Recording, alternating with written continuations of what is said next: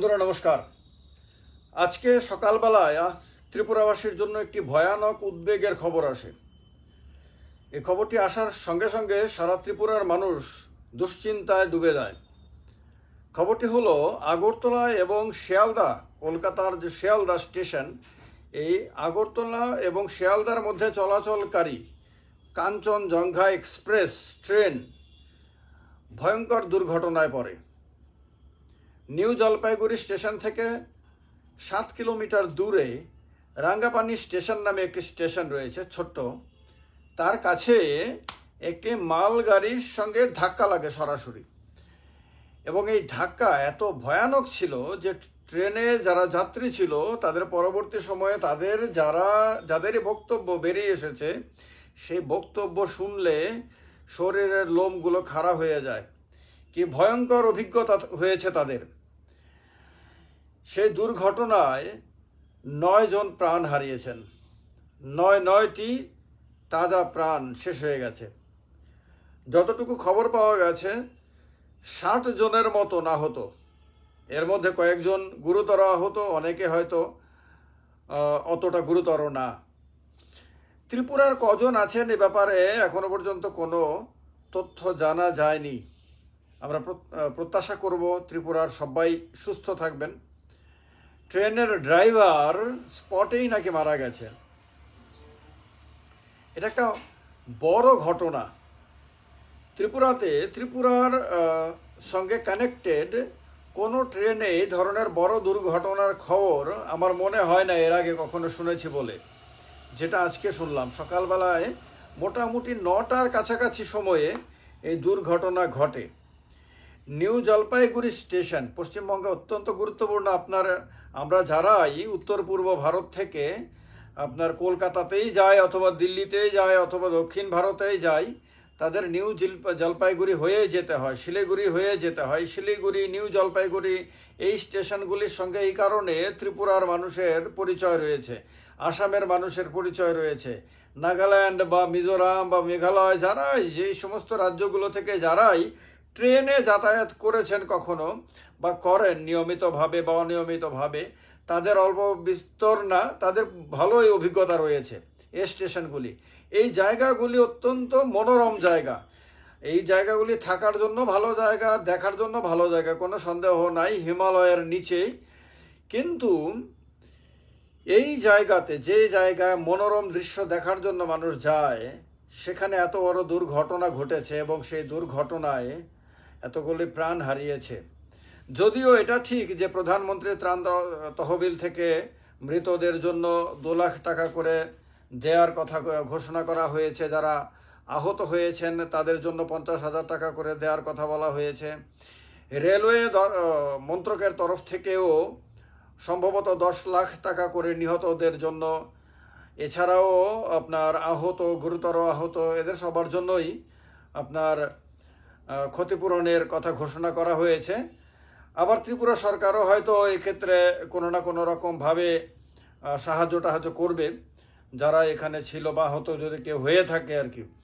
কিন্তু ত্রিপুরা থেকে medical team পাঠানোর কথা শুনেছি, সরকারি টিম পাঠানোর কথা।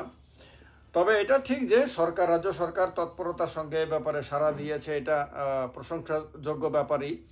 কেন্দ্রীয় সরকারের তরফ থেকেও রেলওয়ে মন্ত্রী নিজে গেছেন সেখানে। তিনি সেখানে গিয়ে, আমি যা নিউজে দেখলাম যে তিনি হাসপাতালে গিয়ে রোগীদের সঙ্গে কথা বলছেন, নিজে খোঁজ খবর করছেন। এর আগেও আমরা আরেকটা রেলওয়ে দুর্ঘটনাতে আমরা দেখেছি রেলওয়ের বর্তমান মন্ত্রী, ইয়াং ম্যান, ডাইনামিক, কোনো সন্দেহ নাই। এবং কেন্দ্রীয় মন্ত্রিসভাতে যে কয়জন মন্ত্রী রয়েছেন তাদের মধ্যে সবচেয়ে তৎপর এবং আমার মনে হয় যে আধুনিক মনস্ক ডাইনামিক মিনিস্টার যদি 2-1 জনকে বলা যায় তাহলে তার মধ্যে অশ্বিনী বৈষ্ণবকে বলতে হবে।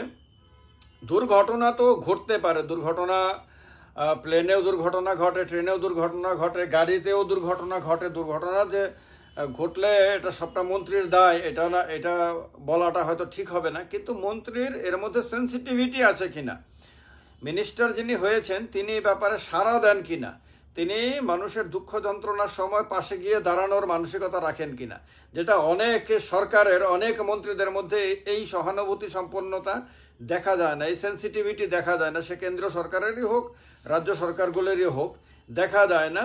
আরাম আয়েশের জীবনে অভ্যস্ত হয়ে যান, কিন্তু এই মন্ত্রীর মধ্যে এই জিনিসটা দেখা যায় এবং আজকেও তার ব্যতিক্রম ঘটেনি এবং তিনি সেখানে গেছেন এবং পুরো বিষয়টা তদারকি করছেন। তো আশা করা যায় যে যারাই আহত হয়েছেন তাদের ভালো চিকিৎসার ব্যবস্থা কেন্দ্র সরকার এবং পশ্চিমবঙ্গ সরকার উভয়ে মিলে করে, রেলওয়ের তরফেও যথেষ্ট উদ্যোগ নেওয়া হয়েছে। ত্রিপুরার যদি কেউ বিন্দুমাত্র যদি আহত হয়ে থাকেন, কেউ নিহত না হলে খুব খুশি হব, কেউ আহত না হলে আরও বেশি খুশি হব, এবং কেউ যদি সামান্য যদি চোট লেগে থাকে তাহলেও সেটা সারাই করে খুব দ্রুত তারা বাড়িতে ফিরে আসবেন বা তাদের যেখানে তাদের যাওয়ার তাদের ইচ্ছা সেখানেই তারা যেতে পারবেন, সেটা আমরা প্রত্যাশা করব।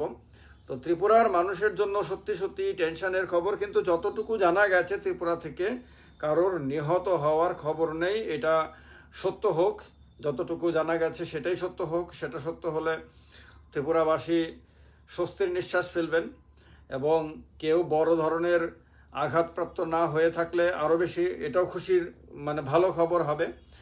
আর ট্রেনের সেফটির ব্যাপারে কেন্দ্রীয় সরকারের রেলওয়ে মন্ত্রকের আরও বেশি করে যত্নবান যে হওয়া দরকার, এটা আজকে আরও একবার বোঝা গেল।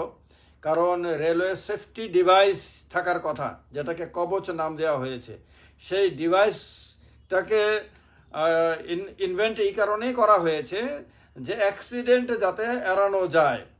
তো সেই কবচ এখানে ফেল করলো।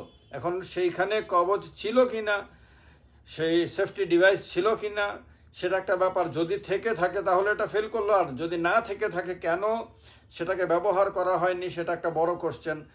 আর রেলওয়েতে একের পর এক এরকম আরও বেশি দুর্ঘটনা হয়েছে। আমি তো একটা দুর্ঘটনার কথা বললামই এর আগে, যখন অশ্বিনী বৈষ্ণবের ভূমিকা সারা দেশে মানুষ প্রশংসা করেছে, কিন্তু এই দুর্ঘটনাগুলো এড়ানোর কথা।